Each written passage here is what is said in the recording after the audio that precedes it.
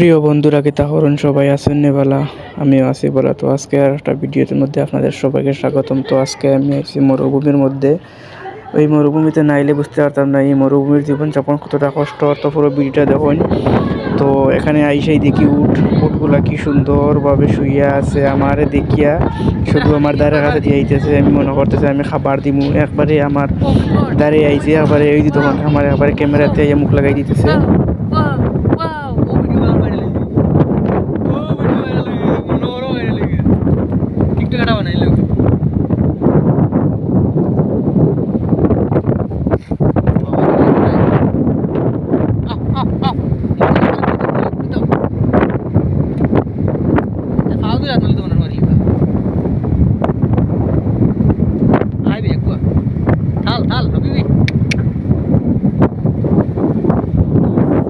তাদের সাথে দেখা শেষ করিয়া একটু সামনের দিকে গেলাম, গিয়া দেখি বেড়ার দল এখানে শুয়ে আছে। এগুলা কিন্তু মানুষ চড়ায়।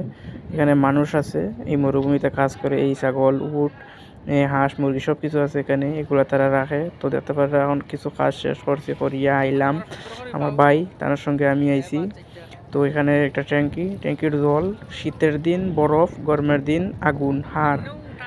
তো এখানে হাত মুখ ধুইলাম, ধুইয়া দুনু ভাই জামু এখন খাবার খাইতে, কারণ অনেক আগে আইছি, অনেক কাজ করছি। তো এখন যাইমু দুনু ভাই আমরা খানিত।